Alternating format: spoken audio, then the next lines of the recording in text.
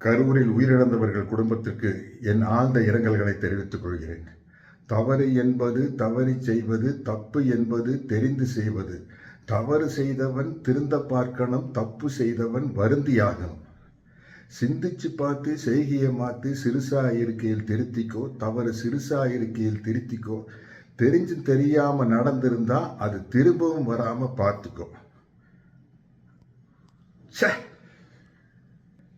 கரூரில் உயிரிழந்தவர்கள் குடும்பத்திற்கு என் ஆழ்ந்த இரங்கல்களை தெரிவித்துக் கொள்கிறேன்.